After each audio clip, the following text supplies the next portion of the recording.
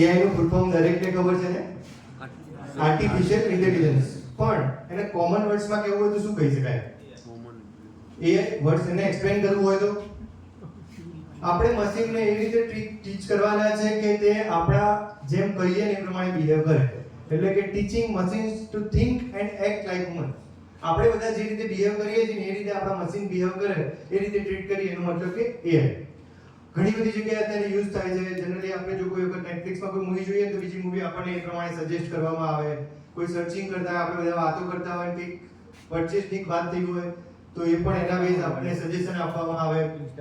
હા, ઇન્સ્ટામાં તમે જો કોઈ વિડિયો જોયો હોય ત્યારે અથવા ફેસબુકમાં જો કોઈ વિડિયો જોયો હોય તો તમને એ રિલેટેડ વિડિયો આખા દિવસ આવશે 2-3 દિવસ. એટલે આ બધું AI ના લીધે શક્ય બન્યું છે. નેક્સ્ટ સેકન્ડ ઓપ્શન છે ChatGPT. બરાબર? કેટલા લોકો યુઝ કરે છે અત્યારે? નથી કરતા એવા કે જાણવા મળશે. જે લોકો નથી કરતા ને એના માટે આ ખૂબ જ ઇમ્પોર્ટન્ટ સેશન રહેશે. બાકી જે કરે છે શાંતિથી સાંભળે, નથી કરતા એ વધારે શાંતિથી સાંભળે. ChatGPT ફૂલ ફોર્મ જોઈએ તો Chat plus GPT. GPT means Generative Pre-trained Transformer. પહેલેથી એક ટ્રાન્સફોર્મર અંદર બધો જ ડેટા ફીડ છે. તમે જેમ માંગશો એમ તમને રિવીલ કરશે. એટલે આપણા ઉપર ડિપેન્ડ છે કે આપણે શું માંગી શકીએ છીએ. આની અંદર પ્રોમ્પ્ટનું ખૂબ જ મહત્વ છે. ભવિષ્યમાં કોઈ વખત પ્રોમ્પ્ટ રિલેટેડ જોઈશું. આજે એટલી ડિટેલ નથી, પણ તમે જે રીતનો પ્રોમ્પ્ટ નાખશો ને એવી તમને કન્ટેન્ટ મળશે.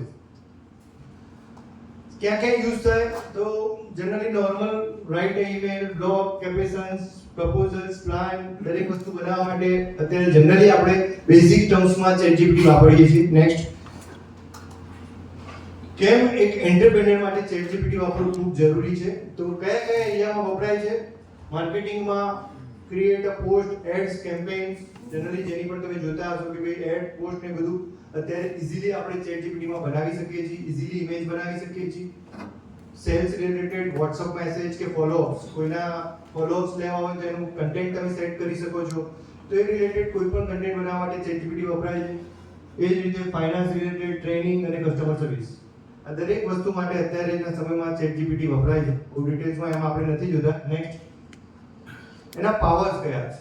તો સ્પીડલી આપણે વર્ક કરી શકીએ છીએ. સેકન્ડ, એફિશિયન્ટલી વર્ક કરી શકીએ છીએ. અને ક્રિએટિવલી કંઈક નવું તમે કરી શકો છો. પણ સામે લિમિટેશન પણ એટલી જ છે.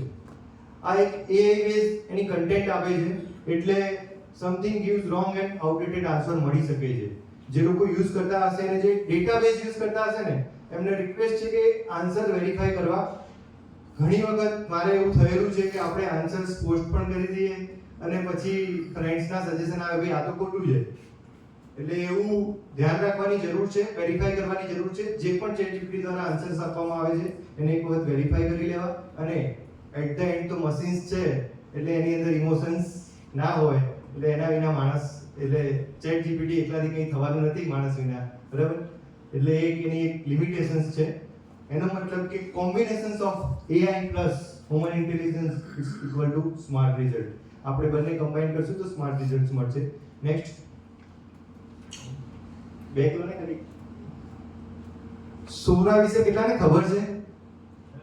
સોરા, SORA. શું વાત છે?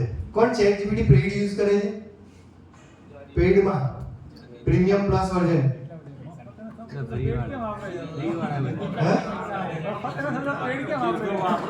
હવે આજે જે ડિસ્કશન છે ને એ શું થઈ શકે છે ChatGPT માં? સોરા મને નવી લાગે છે કે તમને નથી ખબર, પણ India out of India launch થઈ ગયું છે. ઇન્ડિયામાં ટૂંક જ સમયમાં લોન્ચ થશે. ઓપન AI ChatGPT ની પ્રોડક્ટ છે, એના દ્વારા સોરા લોન્ચ કરવામાં આવી રહ્યું છે. એક વિડિયો બેઝ AI એપ્લિકેશન છે જેની અંદર તમે ધાર્યું ના હોય એવા વિડિયો બને છે. નેક્સ્ટ કરજો. એક નવું બ્રેક થ્રુ છે કે જે generate realistic video from single text and prompt. તમે ખાલી ટેક્સ્ટ આપો એ તમને વિડિયો બનાવીને આપશે. અહીંયા 10 કે એકાદ મિનિટના 2-3 વિડિયો છે. તમે જુઓ કે કેવું થઈ શકે છે.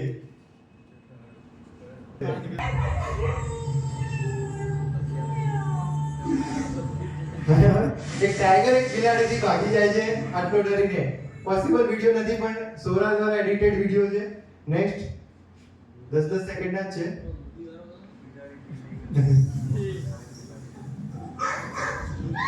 બરાબર. નેક્સ્ટ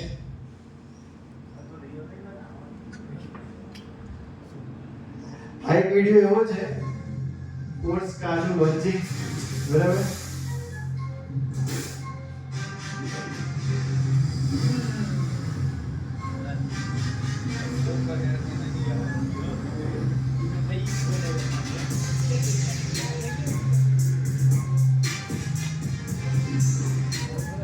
નેતાઓ છે કઈ રીતે સોરી કહે છે. The leaders who fueled the chaos emerged from their bunkers and faced the horror they unleashed upon the earth.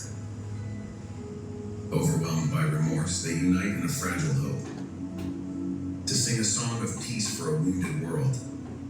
There comes a time when we hear a certain call, when the world must come together as one. When we hear a certain call, forward.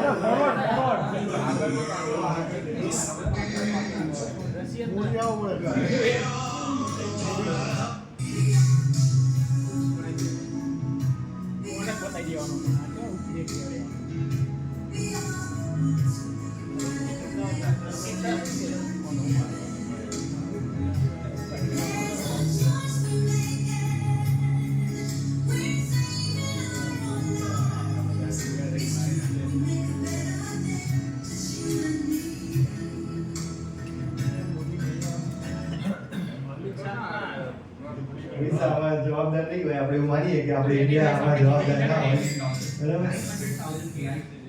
ચાલુ રાખવાનું નહીં. આ વિડીયોમાં કંઈક નવું લાગે છે. ચાલુ રાખો. 20 data centers. That's just the beginning of this week's AI updates. Over 100 AI updates dropped this week, but these 12 are the ones that આ actually. વિડીયોમાં જે આ ભાઈ બોલે છે ને રીડર લખી એને પોતાની એક ઇમેજ બનાવી છે ને એ રિએક્ટ કરે છે. 20 AI data centers. બંધ. હા, ડબિંગ ગણો કે એને પોતાનું યુઝ કરવાની જરૂર નથી પડતી. આટલો એડવાન્સ જઈ શકાય છે, બરાબર. બનાવવા માટે મને નહીં કહેવું મિતભાઈ જોડે તમારે કોન્ટેક્ટ કરી લો, પણ આટલું કરવું હોય તો AI દ્વારા હવે થઈ શકે છે. સોરાની ઇફેક્ટ ક્યાં ક્યાં યુઝ કરી શકાય છે તો માર્કેટિંગમાં create video instantly without camera અને એક્ટર્સની પણ જરૂર નથી. એક્ટર્સનો ફોટો આવે એની એક્ટિંગ થઈ જશે, બરાબર. એટલે એ લેવલનું એડવાન્સ આવી રહ્યું છે.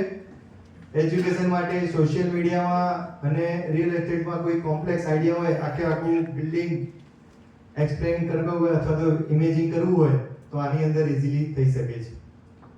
Next closing message, don't fight AI, fuse with it. ધર્મેશભાઈની ભાષામાં કહીએ તો બંનેને જોડાઈશું ને તો ખૂબ સારી લાઈટ મળી રહેશે, બરાબર. એટલે AI સાથે આપણે જેટલા જલ્દી કનેક્ટ થઈશું એટલું જ આપણને એનો બેનિફિટ થઈ શકે એવું છે. Those who learn to work with AI will lead the future.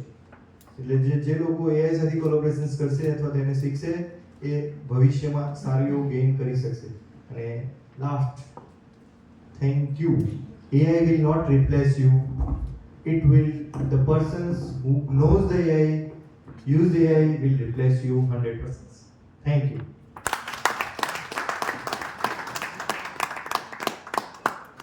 Thank you, Mr.